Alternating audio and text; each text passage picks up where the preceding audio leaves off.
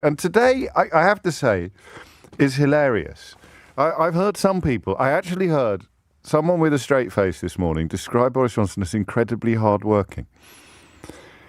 This is a man who missed 5 Cobra meetings at the beginning of the coronavirus outbreak because he was reportedly working on a book he still hasn't finished.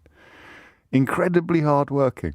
He's always described as a brilliant orator, which he just isn't. As you saw at PMQs, he reaches for the most filthy insults and lies from the darkest recesses of far-right social media in order to try to land punches on his opponents when he's got his back against the wall. The man's a coward. He's a monstrous, bullying coward, which is why he's surrounded himself with monsters, bullies and cowards.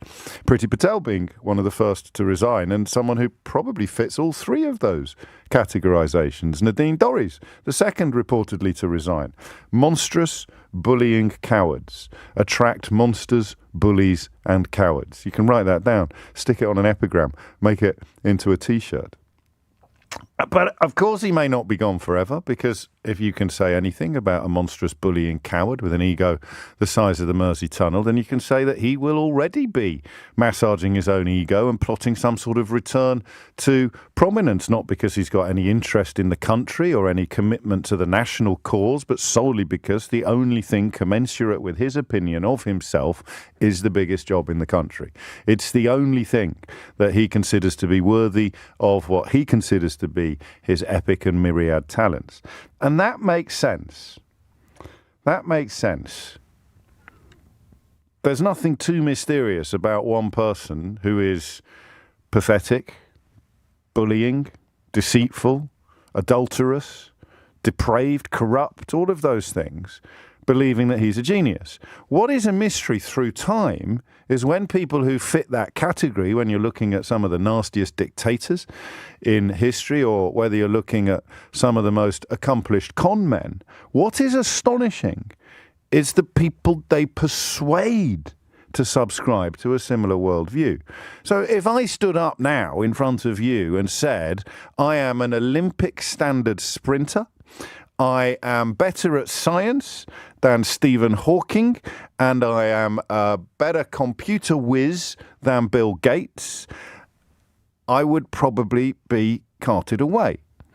But if I was possessed of the skill set that Boris Johnson has, then by 10:30 this morning, a significant number of people currently listening to this programme would believe me.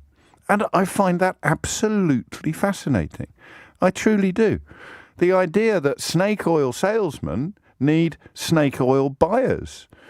Floggers of nonsense need buyers of nonsense. Purveyors of crud and propaganda need swallowers of crud and propaganda. And Boris Johnson has found so many and continues to. That perhaps is the mystery that will concern us first this morning. The idea that even now, while some of the people that were carrying the prime ministerial carriage on their shoulders have finally started shouting that the prime minister is actually naked. Some of them. There's about 50, was it, in the end? How many people actually resigned from the last government in order to protest Boris Johnson's corrupt behaviour? The people carrying, what do you call it, like a giant sedan chair. Is there a word for an enormous sedan chair?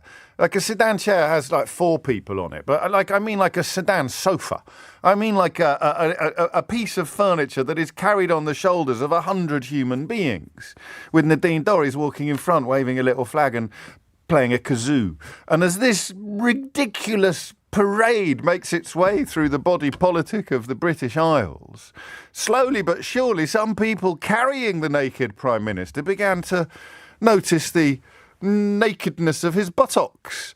And although they were minded to ignore it for a while, eventually it became impossible to turn a blind eye to. And so it was that Rishi Sunak finally went, the Prime Minister's got no clothes on, followed swiftly by Sajid Javid, who bellowed, the Prime Minister's got no clothes on. And it began to spread among all the people carrying the sedan chair. This little cry went up one by one by one. The Prime Minister's got no clothes on, until eventually so many people had clocked the fact that the fellow was stark rollock naked and therefore removed their shoulder from the sedan sofa that was carrying him through the country, that the sofa fell to the floor and the naked Prime Minister rolled off his seat and landed in the gutter while claiming throughout that he had been done for by dark forces, and all of the people still insisting as he lay there naked and writhing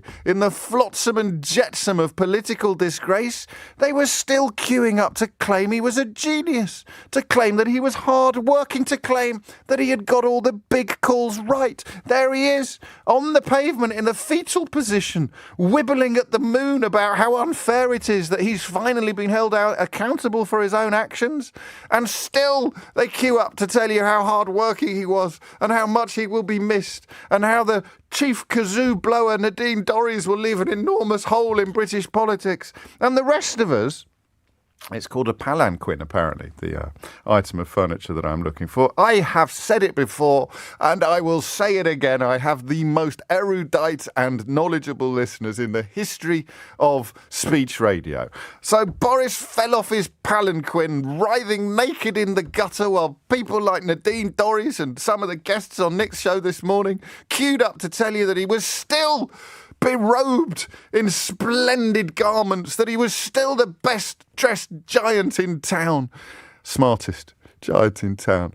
And the rest of us, those of us who were at the back of the queue, those of us who were at the back of the crowd, even for me by late 2008, shouting, "He hasn't got any clothes on. He hasn't got any clothes on." We stand here today marvelling at two things. Number one, how long it took. My God, how long it took. But number two, the people still blowing their kazoos. The people still waving their little flags, tugging their little forelocks. The client journalists queuing up to pretend that he didn't preside over catastrophe after corruption, after calumny. The colleagues claiming that he's anything other than an appalling scar upon the history of our democracy, who was quite prepared to undermine all of its most important foundation stones solely to survive for another day. Standards? Poof. Ethics? Meh. Parliamentary procedure? Nah. Rule of law? Nah. International law? Boo. Whatever it is, you name it, he'd have trashed it. He'd have tossed it in the bin like a used Kleenex. And yet here they are, queuing up to tell you that he's been poorly treated, that he is a man more sinned against than sinning. It is frankly incredible. It is demonstrably absurd. And it is, in the context of the last 6 years of British politics, quite possibly inevitable. Holy McMoly, eh? And on they go. To the extent that there are already reportedly a dozen MPs ready to submit letters of no confidence in Liz Truss because they're so keen to bring the great blonde buffoon back to the forefront of British politics. And there are confused. It's a bit like when a boy band breaks up, isn't it? And you have all these wailing, weeping 13-year-old girls who think that their universe has come crashing to an end. Oh, my God, they've broken up. I don't believe it. Oh. And there it is. That is Boris Johnson's legacy, Boris Johnson's premiership, Boris Johnson's contribution to public life.